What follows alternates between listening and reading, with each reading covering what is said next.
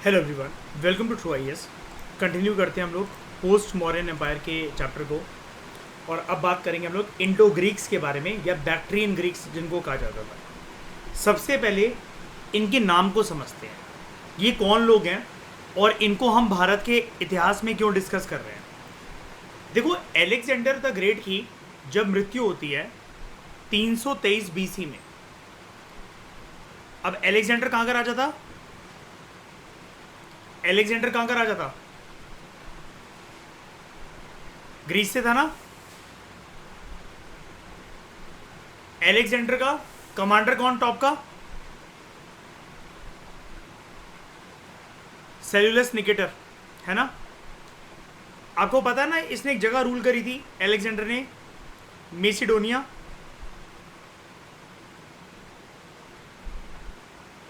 और इसने वहां पर मेसिडोनियन एम्पायर बनाया था।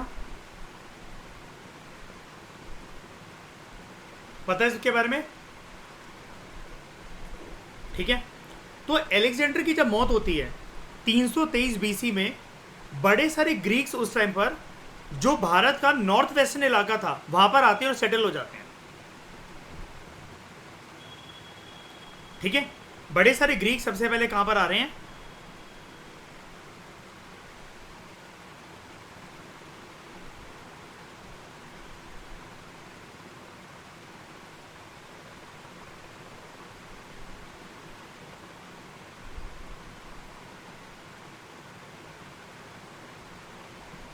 इंडिया के नॉर्थ वेस्टर्न इलाके में, कुछ यहां पर।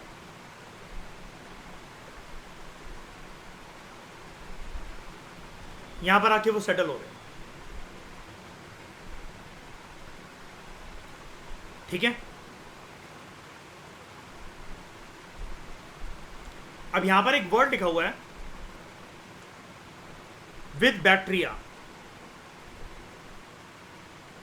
नॉर्थ वेस्टर्न इंडिया का जो इलाका था, उससे थोड़ा सा और दूर चला जाओ, थोड़े से और दूर चले जाओ, तो आपको मिलेगा बैक्ट्रियन रीजन। अब ये बैक्ट्रियन रीजन क्या है, बैक्ट्रिया का रीजन क्या है? आज के समय में अफगानिस्तान का जो नदर्न पार्ट है, वो एक नदी है, ऑक्सस नदी, उसका दक्षिणी इलाका, और हिंदू कुश माउंटेन्स का नॉर्थ वेस्ट इलाका। अब मैं आपको ऑक्सस नदी के बारे में कुछ फैक्ट बताता हूं। इस नदी को अमू दरिया कहा जाता है। ये देखो, इसके बारे में कुछ फैक्ट जानते हैं। सबसे पहले, ये जो नदी है 4 कंट्री से होकर बहती है, उज्बेकिस्तान, तजिकिस्तान, तुर्कमेनिस्तान और अफगानिस्तान। नाम आज के समय में इसका ऑक्सस रिवर नहीं है, अमू दरिया कहा जाता है इसको। ये रिवर ओरिजिनेट होती है फ्रॉम, मतलब near by the area of Hindu Kush mountains. Proper अगर मैं माउंटेन्स आपको बताऊं, यहां पर देखो, इधर पामीर माउंटेन्स, और कहाँ जाके गिरती है? एरल सी में। 4 कंट्री से होकर गुजरती है, उज्बेकिस्तान, अफगानिस्तान, तुर्कमेनिस्तान और तजिकिस्तान, जैसा कि मैंने आपको दिखाया यहाँ पर। माउथ है इसका एरल सी। तो ये इलाका है बैक्ट्रियन इलाका। सिर्फ ये आमू दरिया रिवर, ऑक्सस रिवर की बात नहीं कर रहा मैं। अफगानिस्तान का नॉर्दर्न पार्ट, ऑक्सस रिवर का सदर्न पार्ट, और हिंदू कुश माउंटेन्स का नॉर्थ वेस्टर्न पार्ट। जो रूलर्स थे इस रीजन के, जिसको हम लोग बैक्ट्रियन रीजन बोल रहे हैं, इन्हीं को बोला गया बैक्ट्रियन ग्रीक्स। अब मुझे आप लोग पहले एक बात बताओ, यहां पर इस रीजन से ग्रीस लैंड तो बहुत दूर है। ग्रीस तो बहुत दूर है, ग्रीस तो यहां पर मिलेगा आपको यूरोप के अंदर। ये कौन सा इलाका है? ये वेस्ट एशिया इलाका है, राइट। तो वेस्ट एशियन ये जो इलाका है, यहां पर ग्रीक्स ने आके जब अपनी हुकूमत जमा ली, याद रखना, ये जो सेंट्रल एशिया का, जो वेस्ट एशिया का जो इलाका है, यहाँ पर ग्रीक्स ने आकर जब अपनी हुकूमत जमा ली, तब इस रीजन को बोला गया और यहाँ के लोगों को बोला गया बैक्ट्रियन ग्रीक्स। बैक्ट्रिया का यूरोप से कुछ नहीं लेना देना। बैक्ट्रिया का अगर किसी एरिया से कुछ लेना देना है तो वो है सिर्फ और सिर्फ वेस्ट एशिया। तो जो रूलर थे बैक्ट्रिया के, they came to be known as Bactrian Greeks. तो बैक्ट्रिया तो वेस्ट एशिया का रीजन है, लेकिन इनको बैक्ट्रियन ग्रीक्स को बोला जा रहा है because of their ancestry with regard to Hellenistic culture, यानी कि ग्रीक कल्चर। अब हमने इस चैप्टर के अंदर एक चीज पढ़ी थी, जब शुरू में हम इसके 10-12 फीचर जब जान रहे थे। यहां पर एक बात मैंने आपको बताई थी, अगर आप यहां पर देखो, एक पॉइंट था यहां पे, हाँ, यहां पर बड़े सारे नए ट्रेडिशंस और गवर्नेंस इमर्ज हुए, like joint rule and subordinate rule. ये जो सबऑर्डिनेट रूल का जो मतलब है ना, ये है कि यहां पर मान लो कि कोई किसी का कमांडर है, वो किसी के अंतर्गत किसी के नीचे काम कर रहा है, बाद में उसने अपनी खुद की सेना लेकर किसी और रीजन में जाकर अपना खुद का किंगडम या एम्पायर एस्टैब्लिश कर मारा। तो जो बैक्ट्रियन ग्रीक्स हैं, ओरिजिनली देवर सत्रपीस, सत्रप्स कहा जाता है इनको। ये सत्रपी थे, आप चाहे सत्रपी कह लो, सत्रप कह लो। ये सबऑर्डिनेट रूलर्स थे किसके? वेस्ट एशिया में ग्रीक्स का आगमन हुआ कैसे? जैसे हम जो बैक्ट्रियन रीजन की जो बात कर रहे हैं, ये वाला इलाका, यहां पर ग्रीक्स का आगमन कैसे हुआ? ग्रीक्स का आगमन बेसिकली हुआ जब अलेक्जेंडर ने इस रीजन तक कब्जा कर मारा था। उसका जो गवर्नर था, ग्रेट गवर्नर था जो सेल्यूलस निकेटर। अलेक्जेंडर की मृत्यु के बाद मैसिडोनियन एम्पायर का डिसइंटीग्रेशन होता है और सेल्यूलस निकेटर यहां पर इस इलाके में अपना बनाता है सेल्यूलिड एम्पायर। यहां पर इमर्ज होता है सेल्यूलिड या सेल्यूसिड एम्पायर, और वहां पर इनकी सेना में काम करने वाले जो लोग थे वो थे सत्रपी, सबऑर्डिनेट रूलर्स। और जब ये एम्पायर भी ध्वस्त हो जाता है और ये थोड़ा सा और आगे की तरफ बढ़ते हैं, तो इन्हीं को बोला जाता था बैक्ट्रियन ग्रीक्स। बैक्ट्रियन ग्रीक्स कोई राजा नहीं थे, वो सेल्यूलिड एम्पायर में वेस्ट एशिया में अंडर सेल्यूलस निकेटर वन काम करते थे। उससे भी पहले अलेक्जेंडर ने जहां जहां टेरिटरीज अपनी बना रखी थी, जहां किंगडम अपने एक्सपेंड कर रखा था, वहां पर काम करते थे। इसलिए इनको सबऑर्डिनेट रूलर्स बोला जाता है, सत्रपी और सत्रप्स। तो 3rd सेंचुरी बीसी के आसपास बैक्ट्रियन रीजन का एक गवर्नर था डियोडोटस I। और अब समझ गए श्रेया कि अशोक की जान पहचान इन ग्रीक्स राजा के साथ कैसे थी? जैसा कि हम मौर्यन एम्पायर के अंदर पढ़ रहे थे, मैं आपको बता रहा था, ये आगे चलकर आपको क्लियर हो जाएगा।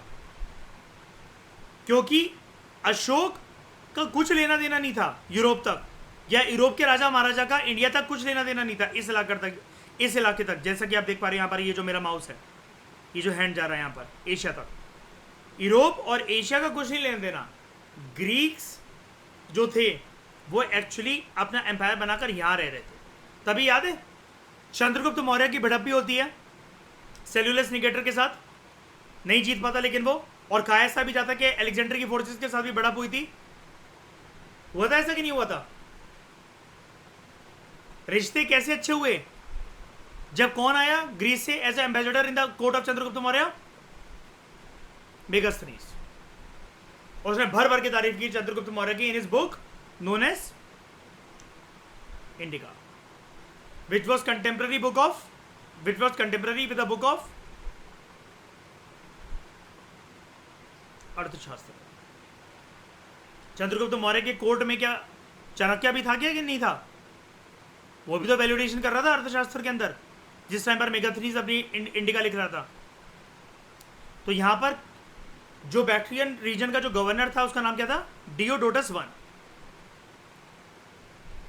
यहां पर जो सेल्यूलिड किंगडम के अंदर जो एक राजा था एंटियोकस, डियोडोटस I ने being a governor of Bactrian region अपने राजा एंटियोटस के खिलाफ रिवोल्ट करा। और उसने अपना खुद का एक independent Bactrian Greek kingdom establish कर लिया। ग्रीक किंगडम ये था ऑलरेडी, सेल्यूलेड एम्पायर यहाँ पर चल रहा है।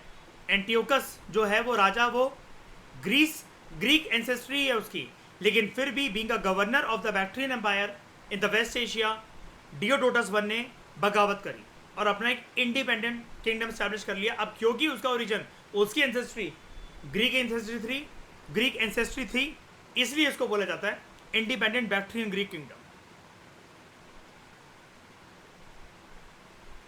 मेरी बात यहां पर समझ रहे हो? छोटे छोटे कमांडर्स, मिलिट्री रूलर्स बगावत यहां पर कर रहे हैं और अपना इंडिपेंडेंट किंगडम स्टैब्लिश कर रहे हैं। धीरे धीरे जैसे ही आते आते श्रेया ये इंडिया के अंदर एंटर होंगे ठकुराइन, अगर ये अपना एम्पायर डायनेस्टी बनाने में अगर सक्षम हो जाते हैं श्रेया, इन्हीं को हम लोग नाम देंगे पोस्ट मौर्यन एम्पायर। अब उसका कार्यकाल जैसे कि आपने देखा, किसी का 100 साल, 80 साल, 50 साल, 45 साल, 5 साल, 8 साल, 3 साल, कुछ भी हो सकता है, कुछ महीने भी हो सकता है। और ये वाले नाम हमने सुने कि नहीं सुने पिछले चैप्टर मौर्यन एम्पायर में? बताओ श्रेया। एंटियोकस, डियोडोटस, है ना? मौर्यन वंश के इनके साथ कुछ लेना देना था? बिल्कुल था।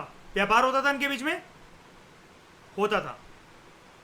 भिड़ सकते नहीं है मौर्यन एम्पायर के, मतलब अशोक के टाइम तक, इसलिए नहीं भिड़ सकते क्योंकि अशोक एंट्री देगा नहीं, घुसने ही नहीं देगा। लेकिन अब हिम्मतें, इस चैप्टर में हमने क्या पढ़ा था इंट्रोडक्शन में, हिम्मत इनकी कैसे बढ़ गई, कैसे इनके अंदर हिम्मत आ गई कि चलो इंडिया की तरफ चला जाए, वहां पर एम्पायर बना जाए after the fall of Mauryan empire. और लास्ट मौर्यन किंग का मर्डर पुष्यमित्र शुंग के द्वारा, नेम बृहदर। इतनी कहानी क्लियर हुई? पहले बताओ, इसमें कोई कंफ्यूजन तो नहीं है इन राजाओं महाराजाओं में, और ये मतलब कहां से क्या चल रहा है पूरा का पूरा सिलसिला? अभी हम कहां पर खड़े हुए हैं? वेस्ट एशिया में। और वेस्ट एशिया में एक तरीके से उथल पुथल चल रहा है, बहुत केस मचा हुआ है पावर की स्टेबिलिटी को लेकर। जैसी स्टेबिलिटी यहां पर मिलेगी, अलेक्जेंडर के टाइम पर थी यहां पर स्टेबिलिटी, लेकिन नॉर्थ वेस्ट इंडिया में घुसते घुसते उसको चैलेंज करा गया, उसकी फोर्सेस को चैलेंज करा गया, तो उसको वापस लौटना पड़ा।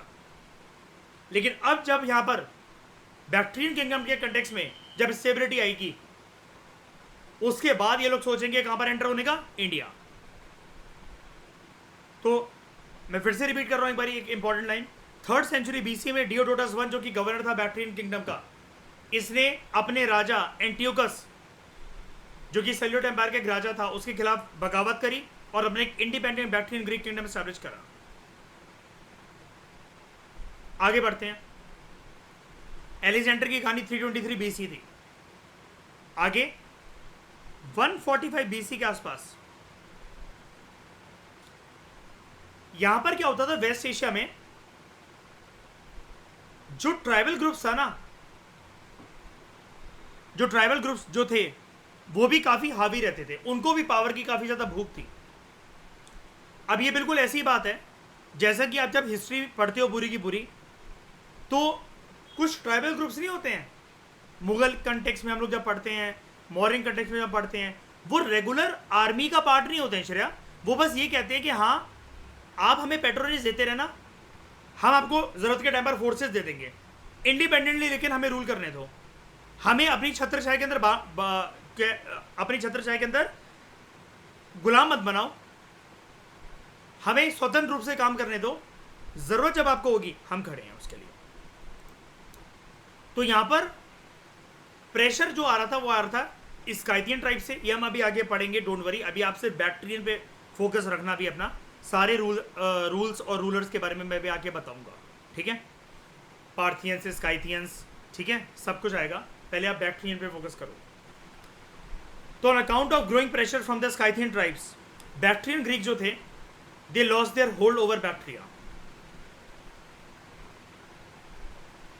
और कुछ समय के लिए, लेकिन फिर भी जो इंडियन सब कॉन्टिनेंट का जो नॉर्थ वेस्टर्न पार्ट था, कुछ दशकों के लिए इन्होंने वहां पर रूल करा, अपना आराम से करा।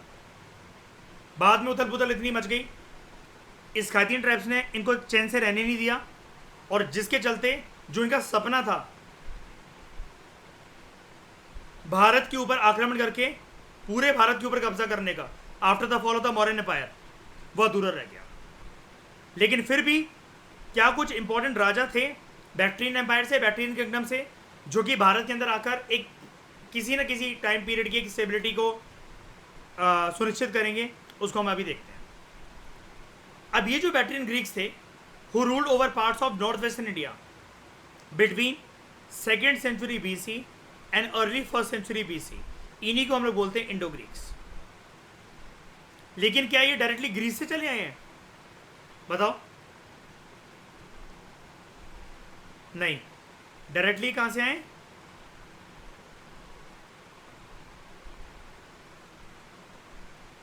Waste Asia. जैसे कि मैंने आपको बताया, अफगानिस्तान का नॉर्दर्न इलाका, अमू दरिया रिवर, ऑक्सस रिवर का सदर्न इलाका एंड हिंदू कुश माउंटेन का नॉर्थ वेस्टर्न इलाका।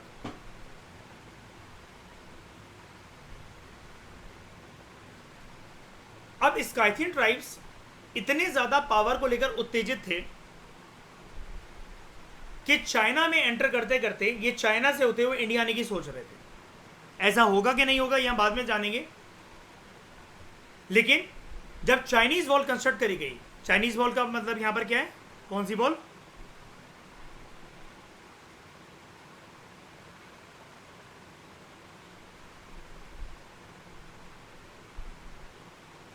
वर्ल्ड की लॉन्गेस्ट वॉल है ये। चाइनीज एम्परर्स ने इस दीवार को कंस्ट्रक्ट करवाई क्यों था इतनी लंबी? किसके अटैक से बचने के लिए?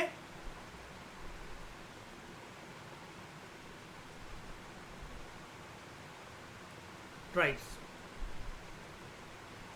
जो कि चाइनीज रूल में क्या पैदा करते थे? एक प्रकार की इंस्टेबिलिटी।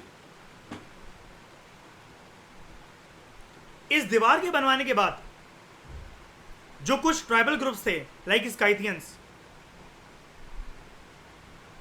जो कि एंटर कर जाते थे चाइना में आराम से ऐसे ही, और वहां पर उथल पुथल मचाते थे, केस मचाते थे, इंस्टेबिलिटी को पैदा करने की कोशिश करते थे आराम से चलती हुई गवर्नेंस सिस्टम में। दे वर पुश्ड बैक फ्रॉम चाइना। स्काइथियंस अपना स्ट्रॉन्ग होल्ड कहां जमाना चाहते थे? कहां पर कब्जा करना चाहते थे?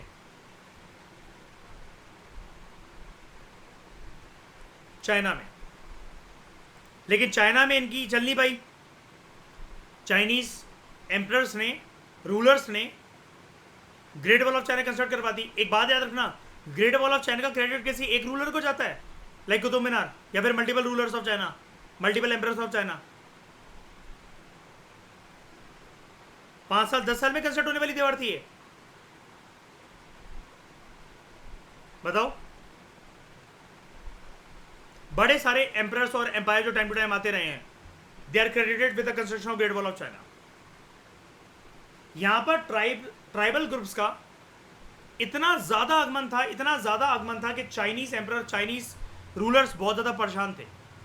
इस वॉल के बनने के बाद ये जो इन्वेजन होती थी चाइना में, ये कम हो गई काफी हद तक। उसको काफी हद तक नहीं, बहुत बेहतरीन तरीके से उसको चाइनीज एम्परर्स कंट्रोल कर पाए। अब स्काइथियंस को कोई जगह तो चाहिए अपने पावर टसल को बरकरार रखने के लिए। किसी से भिड़ना है इनको पसंद है, और इंस्टेबिलिटी वहां पर पैदा करनी है और अपने रूल को बढ़ावा देना है। तो दे turned their attention towards the neighbouring Greeks and Parthians. Parthians के बारे में बाद में पढ़ेंगे, लेकिन अभी तक आप ग्रीक्स को तो जानते हो। अगर ग्रीक्स की बात अगर हम लोग करें, अभी इनका रूल कहां से कहां तक दिख रहा है? नाम छोड़ दो कौन सा एम्पायर, कहां से कहां तक दिख रहा है इनका rule? West Asia to north western India, है ना? ऐसा कह सकते हैं। अब ये यहां पर इंस्टेबिलिटी पैदा करने की कोशिश करेंगे, जैसा कि अभी हम ऊपर डिस्कस भी कर रहे थे। यहां पर लाइन लिखी हुई थी ना, on account of growing pressure from the Scythian tribes, Bactrian kings lost their hold over Bactria, but they continue to rule for few decades over the north western part of the subcontinent.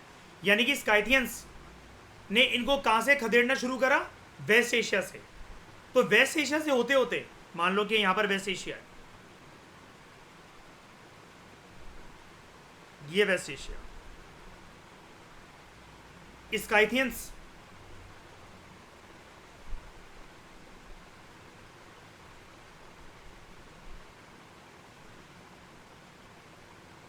इन पे डेरा जमा कर बैठे हुए हैं। और यहां पर कौन है?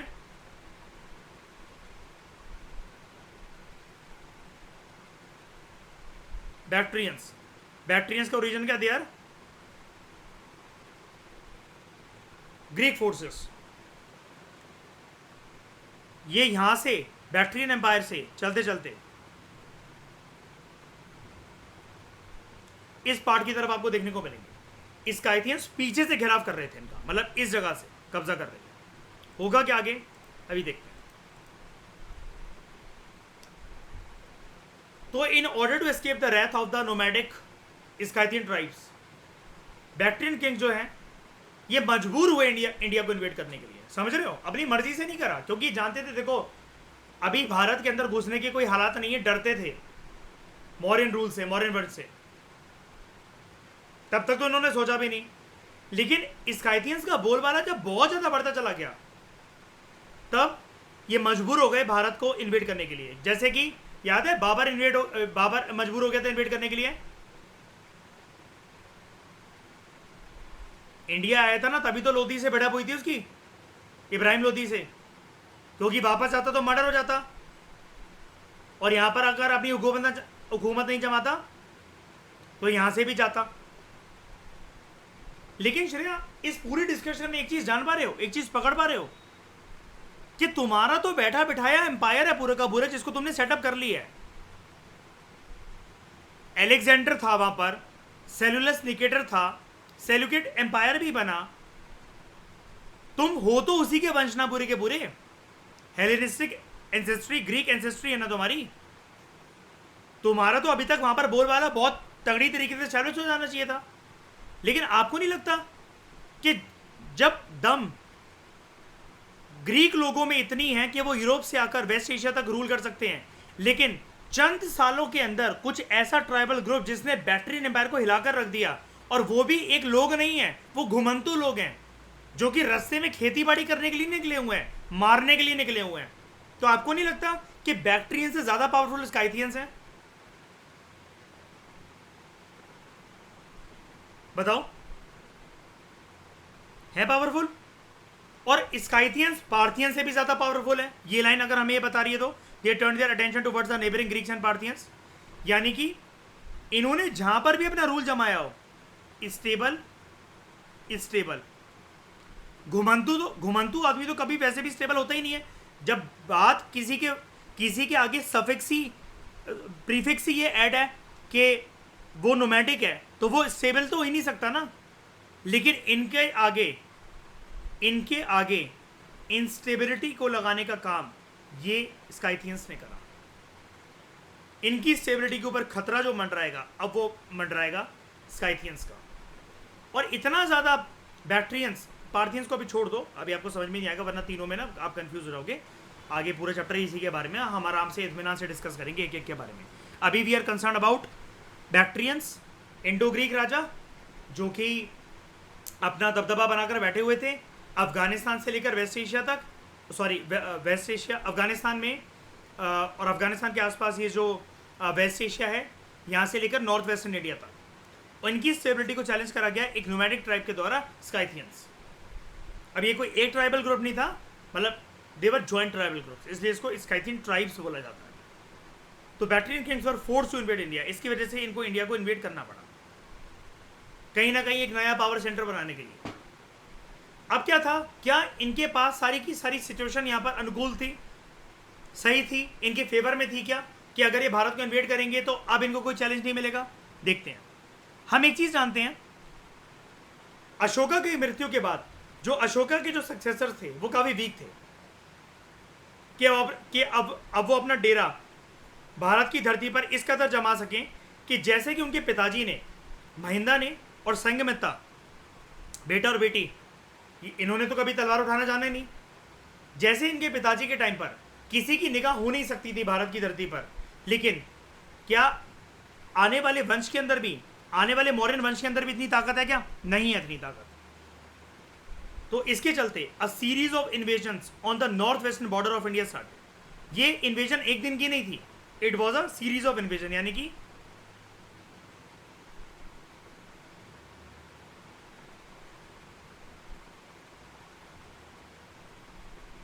ग्रेजुअल इन्वेजन्स, धीरे धीरे करके होना शुरू हुई, layer by layer, waves of invasion. तो सेकेंड सेंचुरी बीसी की जब शुरुआत होती है, सबसे पहले भारत को अगर किसी ने इन्वेड करा तो देवर इंडो ग्रीक्स। मुझे एक बात बताओ, भारत का इससे पहले लास्ट टाइम इन्वेजन कब हुआ था? सेकेंड सेंचुरी बीसी से पहले भारत के नॉर्थ वेस्टर्न इलाके का या कहीं से भी इन्वेजन कब हुआ था इससे पहले वाला? वेरी गुड, जब अलेक्जेंडर की फोर्सेस की भिड़प हुई थी किसके साथ? अरे कौन? मौर्य एम्पायर क्या होता है? चंद्रगुप्त मौर्य के साथ। उससे पहले इन्वेजन कब हुई थी? टाइम को पकड़ने की कोशिश करो। आर्यंस। कौन थे आर्यंस? श्रेया शीशा देखो, आर्यन दिखेंगे। एंसेस्ट्री। हाँ मैं भी उसमें शामिल, कोई बात नहीं, मैं भी वो गाली खाने के लिए तैयार हूँ, कोई टेंशन नहीं है। अच्छा, इस लैंड के ओरिजिनल लोगों को क्या कहा जाता है? कौन है ओरिजिनल लोग भारत की धरती के? अरे लोग कौन है? लोग द्रविडियंस। तो चंद्रगुप्त मौर्य के टाइम से लेकर अभी तक सेकेंड सेंचुरी बीसी तक क्या कोई इन्वेजन देखने को मिली हमें? नहीं। शांति व्यवस्था थी ना अभी तक? किसके दम पर, किसके बलबूते पर? मौर्यन एम्पायर बेसिकली, है ना?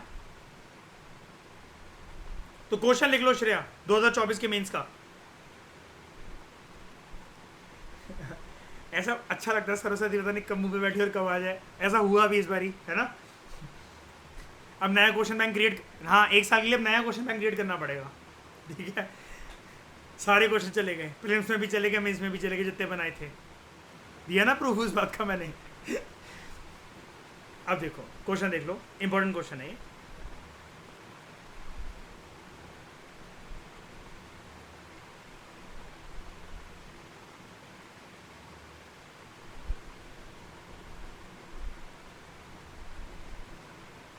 How power and stability of the great and mighty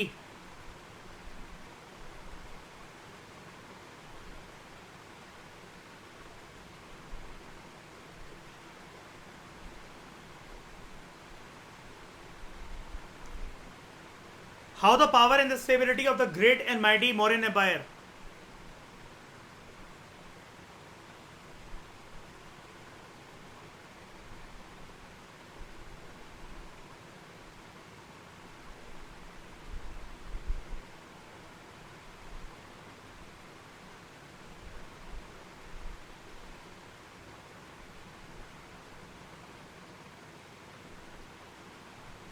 prevented invasions in Indian subcontinent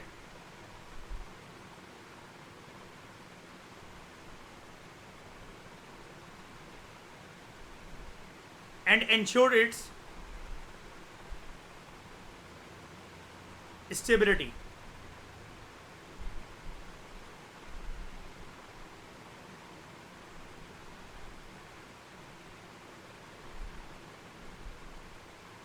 ten marks 150 words.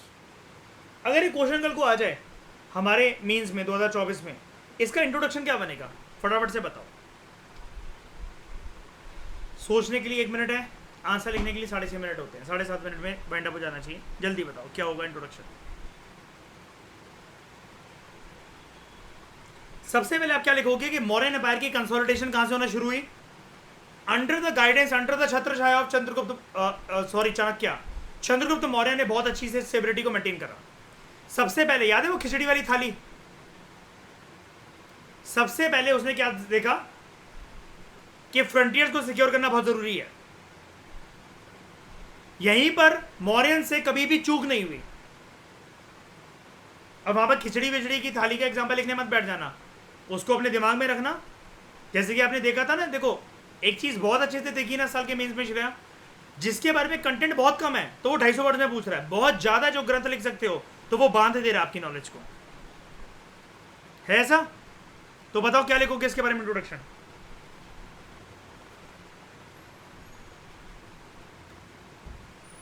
कि चंद्रगुप्त मौर्य की वजह से मौर्यन एम्पायर की नींव ही ऐसी शुरू हुई under the guidance of Chanakya कि फ्रंटियर्स बहुत ज्यादा सिक्योर रहते थे शुरू से ही।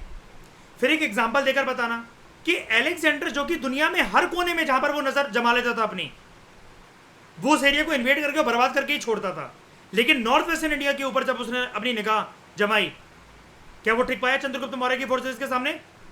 उसकी फोर्सेस टिक पाई? सेलुलस निकेटर जीत पाया चंद्रगुप्त मौर्य से? मेगास्थनीज की कोई औकात थी कि वहां पर आके वो कोर्ट में उथल पुथल मचाए? अगर कुछ उल्टा लिखता मयूर, वहीं नहीं बिठा लेते उसको?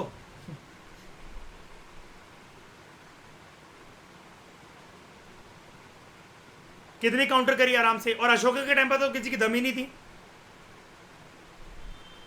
याद है एलेक्स, जैसे लिखा नहीं होता अपनी किताबों में, मैं आपको कृष्ण रेड्डी की बुक से वैल्यूडेशन दूंगा, कहीं आपने यूट्यूब पर देखा हो या कुछ भी देखा हो, या यूट्यूब पे नहीं भी देखा हो, अगर एटलीस्ट आप में से किसी ने वो पिक्चर देखी हो आयुष्मान खुराना की विकी डोनर,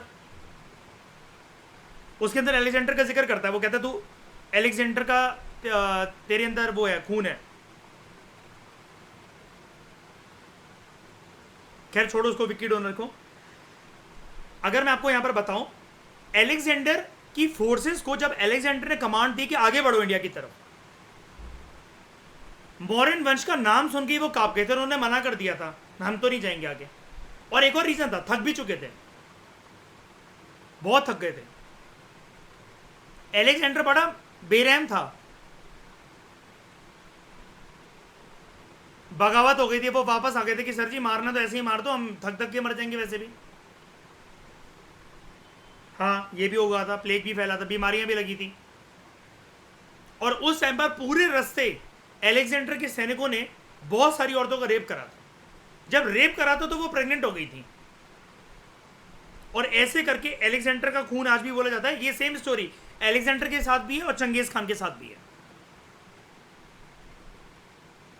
कि एशिया में ऐसा बोला जाता है, उसके बारे में लिखा जाता है कि चंगेज खान ने मंगोलिया और एशिया की धरती पर आसपास हमेशा हमारे ऊपर एक भगवान की कृपा रहती है कि इंडिया हर चीज़ से, बुरे साइज से, बहुत बुरे साइज से हमेशा बच जाता है। मतलब आक्रमण होता है, जिल्लत सहन करनी पड़ती है और इंस्टेबिलिटी आती है, लेकिन पूरी तरीके से कब्जा हो जाए बच जाता है इससे, और बच भी जाता है तो चंगुल से निकल भी जाता है, जैसे कि ब्रिटिश के चंगुल से निकल गया। लेकिन चंगेज खान के कंटेक्स्ट में अगर ऐसा बोला जाता है, मैं आपको वर्ल्ड हिस्ट्री में वो चीज़ पढ़ाऊंगा हमारे, क्योंकि एंशिएंट मेडिवल में नहीं आता चंगेज खान के बारे में इतना, हमारी किताबों में नहीं होता इसके बारे में with respect to Indian history, कि ऐसी कोई औरत नहीं थी जिसका रेप ना कराओ चंगेज खान उसकी फोर्सेस ने। तो कहा यह जाता है कि जितने एशियंस हैं उसके अंदर डायरेक्टली इनडायरेक्टली, आप हो या आपके रिश्तेदार हो, चंगेज खान का खून देखने को मिलेगा। क्योंकि चंगेज खान के अगर एटीट्यूड को देखा जाए, बहुत टाइम पहले जो उस टाइम पर जो हमारे खानदान होंगे या जो भी होंगे, दूर दराज के हमारे खून होंगे, उनमें से किसी ना किसी का रेप चंगेज खान ने उसकी फोर्सेस से पक्का करा होगा, ऐसा बोला जाता है हिस्टोरियंस के द्वारा। मतलब अब ये फैक्ट नहीं है, लेकिन चंगेज खान के एटीट्यूड को दर्शाने के लिए एक एग्जैजरेटेड थिंग है बस ये। सेम गोज विद अलेक्जेंडर और उसकी forces with respect to north western border of India. तो in the beginning of second century BC, Indo Greeks were the first to invade India, ठीक है। लेकिन मैं आपको बता इसलिए रहा हूं इतनी डिटेल में, इसको ध्यान से पढ़ना है आपको, आंखों के पर्दे खोलकर और कानों के पट खोलकर सुनना है, उसको ध्यान से देखना है और फिर समझना है उसको। वो क्यों? अब सिर्फ अगर आप इतनी कहानी देख लो इसकी, Indo Greeks were the first to invade India, खेल खत्म आपका।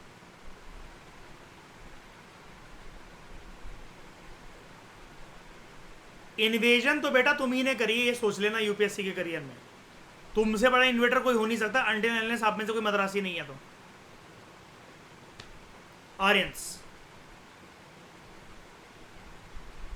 तो they occupied a large part of north western India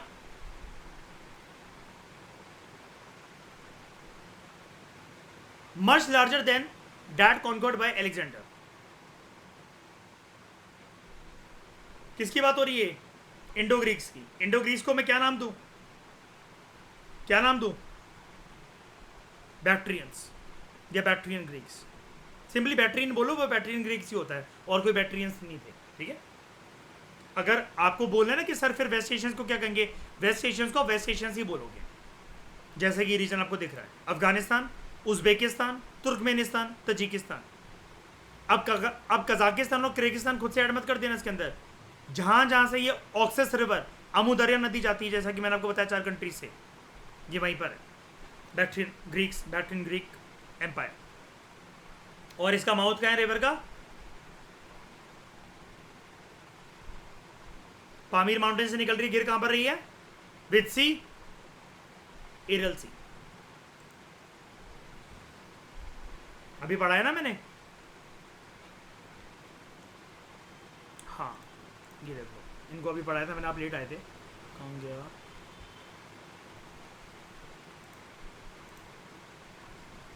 एरल sea, Pamir mountains, countries Uzbekistan, Afghanistan, Turkmenistan, Tajikistan.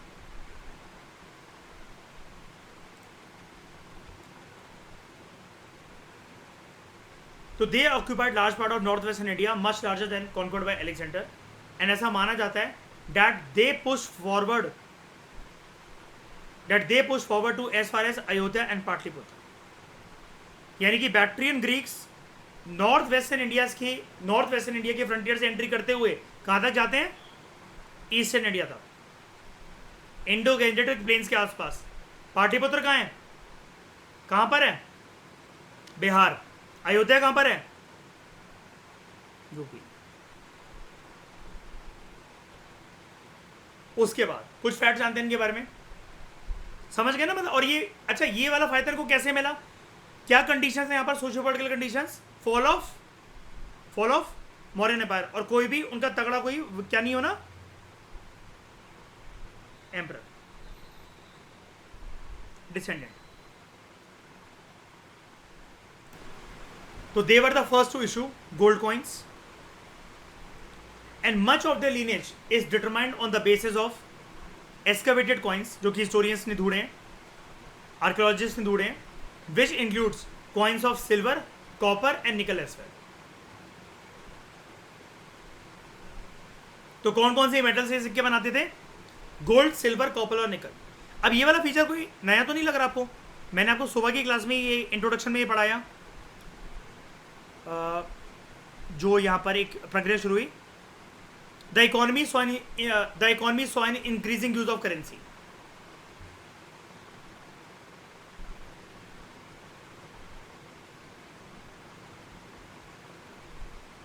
ठीक है,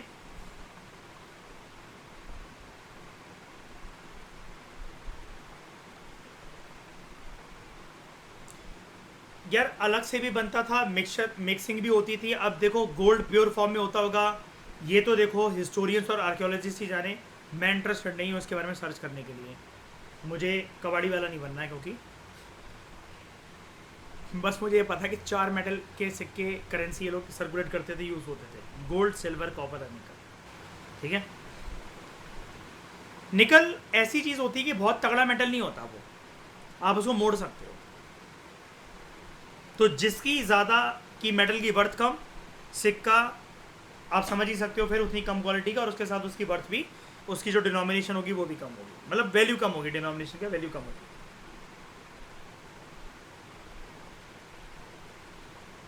अब अगर आप पूरे के पूरे बैक्ट्रियन एम्पायर के राजाओं को देखना चाहते हो, तो हमारे पास जो रिकॉर्ड है वो है 42 इंडो ग्रीक किंग्स का। अब वाई इंडो ग्रीक? ये पक्का 42 ऐसे राजा रहे होंगे ना जिन्होंने कभी ना कभी नॉर्थ वेस्टर्न इंडिया या इंडिया तक आके अपनी हुकूमत जमाने का ट्राई करा होगा, या उन्हीं के खानदान से कभी ना कभी ये राजा थोड़े टाइम के लिए, कुछ महीनों के लिए, कुछ दिन के लिए, कुछ सालों के लिए बने जरूर होंगे, है ना। इनमें से, इन 42 में से, इन 42 में से 34 राजाओं ने अपने खुद के सिक्के अपने हिसाब से, अपनी डिनोमिनेशन, अपने वैल्यू, अपने वजन के हिसाब से इशू करवाए थे। और इनके बारे में हमें जानने को ही तभी मिलता, वरना इतिहास से खो जाता हमसे, इन 42 राजाओं में से जो 34 राजा हैं उनके बारे में हमें जो झलक देखने को मिलती है वो सिक्कों से ही मिलती है। लेकिन इनका टाइम पीरियड कोई बहुत बड़ा नहीं था, बिकॉज अगली लाइन देखो, large number of kings within a short span of time. I repeat, large number of kings within a short span of time. आगे पीछे की पूरी कहानी भूल जाओ, अगर सिर्फ इस लाइन को पकड़ लो, large number of kings within a short span of time, यानी कि इंस्टेबिलिटी का माहौल बहुत ज्यादा था और कोई भी राजा बहुत लंबा लंबा टेन्योर अपना नहीं चला सका। They suggest that some of them ruled concurrently, and thus it is probable that two Greek dynasties ruled the northwestern India on parallel lines simultaneously। मतलब वो आपको सिर्फ एक सजेशन दे रहा है कि ये खानदान भी एक नहीं था। जो इंडो ग्रीक राजा जो थे, जो बैक्ट्रियन एम्पायर्स जो थे, बैक्ट्रियन किंग्स जो थे, वो हो सकता है कि उनकी ग्रीक लीनेज हो, लेकिन आपस में तालमेल ना हो। तो तुम संभाल लो पंजाब, तुम संभाल लो अफगानिस्तान, तुम संभाल लो ये पाटलिपुत्र वाला इलाका, तुम संभालो अयोध्या वाला इलाका।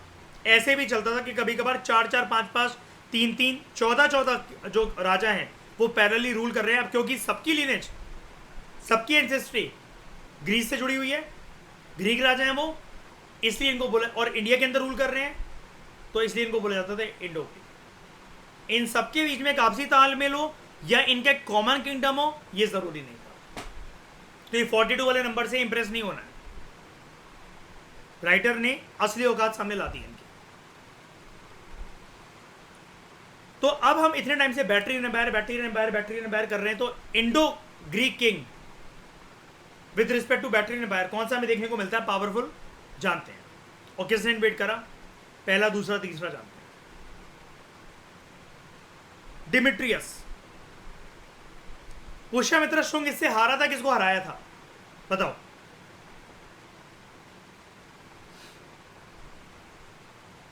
पुष्यमित्र शुंग इससे हारा था। अब मैं पूछ रही तो हाँ, तो एक चीज डिसाइड कर लो चिड़िया। बहुत चालाक हैं। ठीक है, थोड़ी ब्राइटनेस बढ़ाता हूँ जरा। पहले करिए ना फिर करिए, इससे थोड़ी ना आ रहा था। ही डिफीटेड, यही हाँ, he defeated the Bactrian king. किसकी बात हो रही है? पुष्यमित्र शुंग की।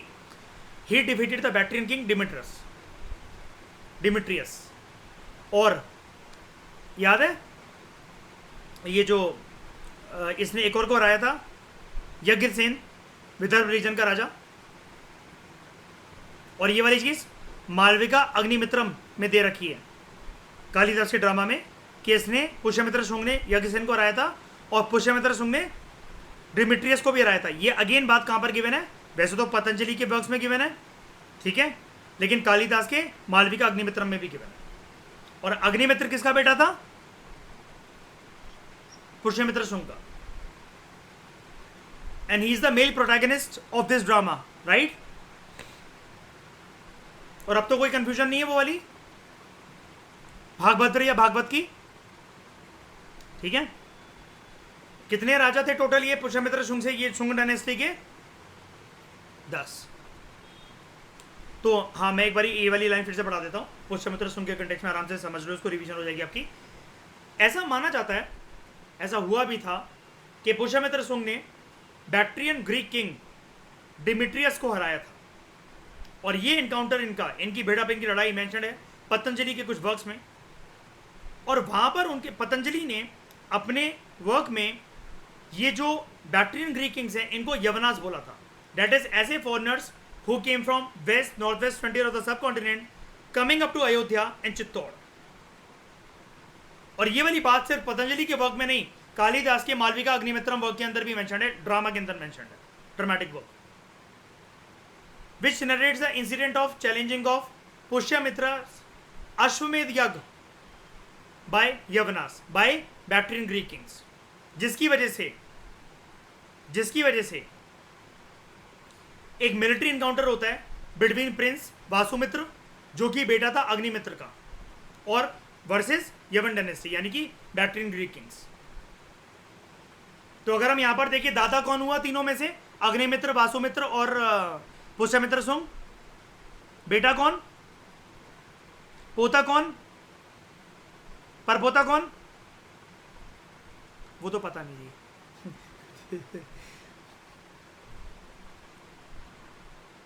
मौर्य एम्पायर थोड़ी ना है कि इतना ज़्यादा प्रभावित हो जाए उनके खानदान से कि 10 के 10 राजा के बारे में सीखना है। आप हर चीज़ 100% कभी याद नहीं कर सकते यूपीएससी के किसी भी सब्जेक्ट में, तो उसके पीछे मत भागना। अगर ऐसा होता तो जिन्होंने जिस सब्जेक्ट में पीएचडी कर रखी है वो उस पेपर में जीएस पेपर 2, अगर उसने पॉलिटी में कर रखी है पीएचडी, पॉलिटिकल साइंस में, इकोनॉमिक्स में कर रखी है, फिलोसफी में, तो वो लोग एथिक्स में जीएस पेपर 2 में 3 में हाईएस्ट नंबर ला रहे होते पूरे इंडिया में। ऐसा नहीं होता। नॉलेज का बेस ऐसा होना चाहिए कि आपसे कोई पूछे तो उसके बारे में डिटेल में भी बता पाओ, शॉर्ट में भी पूछे तब भी कोई बता पाओ। ईगो किसी चीज़ का नहीं रखना है कि हड़प्पा 11 सोर्सेज से पढ़ लिया तो हड़प्पा के क्वेश्चन तो सॉल्व करके ही रहेंगे। हमेशा कुछ ना कुछ रह जाएगा। 2600 साइट्स हैं, क्या पूरी पढ़ लोगे? पूरी ज़िंदगी में याद नहीं हो सकती आपको 2600 साइट्स हड़प्पा की।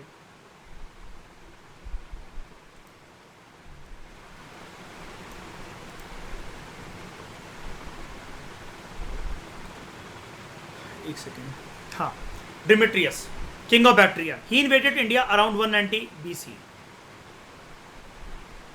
and probably came into conflict with Pushyamitra Shung, and he was defeated, या फिर जीत गया था पुष्यमित्र शुंग से, defeated, ठीक है। He conquered a considerable part of the Mauryan Empire in the northwestern India and extended Bactrian rule to the south of Hindu Kush.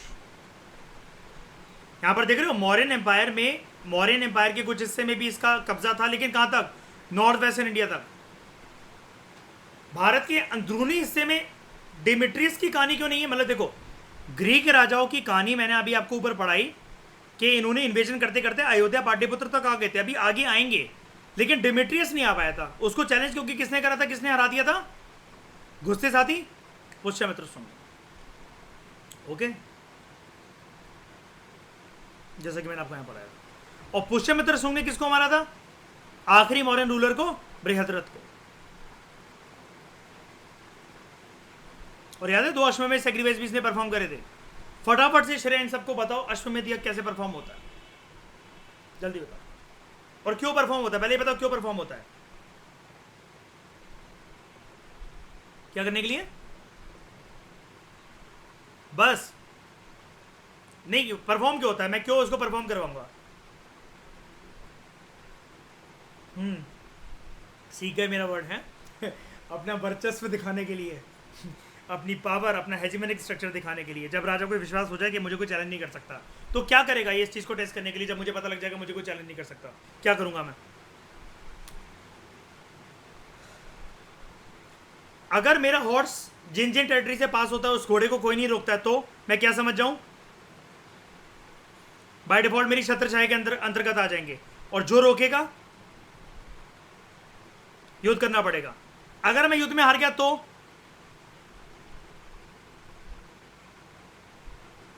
सारा उसका हो जाएगा। अगर वो युद्ध में हार गया तो उसकी टेरिटरी मेरी हो जाएगी। अब क्या मैं उसको मार डालूंगा? जरूरी नहीं है ना। देखो, मारने को मारा जा सकता था, लेकिन अश्वमेध यज्ञ में मुझे दिखाना भी तो है कि ये है वो चपड़गंजू जिसने मेरी सॉवरेंटी को परसों चैलेंज करा, और शाम को मैंने उसको कुत्ता बना के रोड पे दौड़ाया।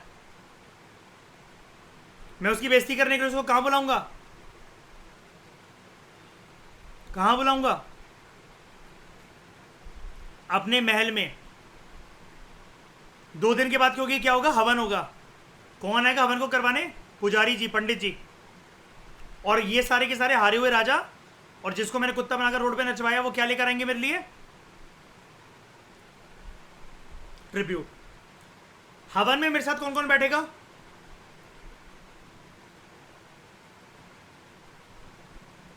अच्छा, इसके बारे में कंफ्यूज मत हो ना कि मैं फैक्ट्स कहां से ला रहा हूं। श्रेया, जो एनसीईआरटी 6 क्लास के जो चैप्टर देना बाकी ना, 4th और 5th चैप्टर, उसके अंदर ये पूरी चीज डिस्कस है। अपने मन से नहीं बोल रहा हूं ऐसा। नहीं, मेरे साथ कौन बैठेगा? क्या सभी बैठ जाएंगे हवन कुंड में? क्या सब लोग मुंह मारेंगे आग में? कौन बैठेगा मेरे साथ? नहीं, मेरी बीवी, मेरे बच्चे, लेकिन सारे मंत्रों में नहीं बैठेंगे। वो सारे मंत्रों में नहीं बैठेंगे। कुछ कुछ मंत्रों में बैठेंगे। मुझे बताओ ये अश्वमेध यज्ञ कोई नई बात है या फिर मैं इसको लेटर वैदिक एज या फिर वैदिक एज के टाइम का बोल दूं, है ना? मेंशन है ना? बिल्कुल, शाबाश। तो डिमिट्रियस के बारे में पता लग गया, कोई दिक्कत?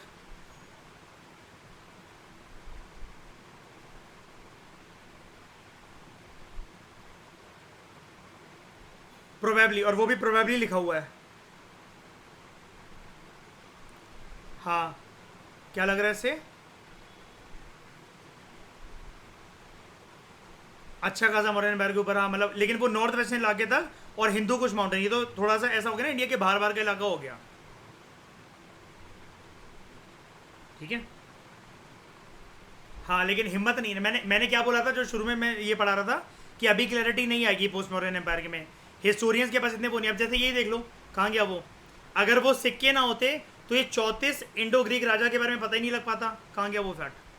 अभी था ना यहाँ पर,